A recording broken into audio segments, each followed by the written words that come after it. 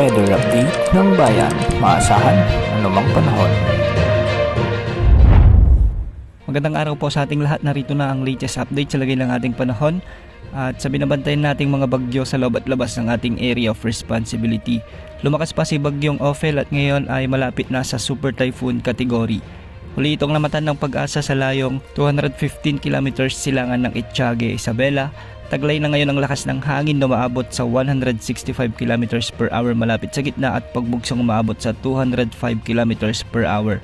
Sa ngayon ay medyo bumilis ang kilos nito ng 30 km per hour ng kanluran, hilagang kanluran. Dahil nga dito nakataas na ang tropical cyclone wind signal number 4 sa northeastern portion ng mainland Cagayan, signal number 3 sa northwestern at central at eastern portions ng mainland Cagayan, kasama ng Babuyan Islands, ang northeastern portion ng Isabela at ang northern portion ng Apayao.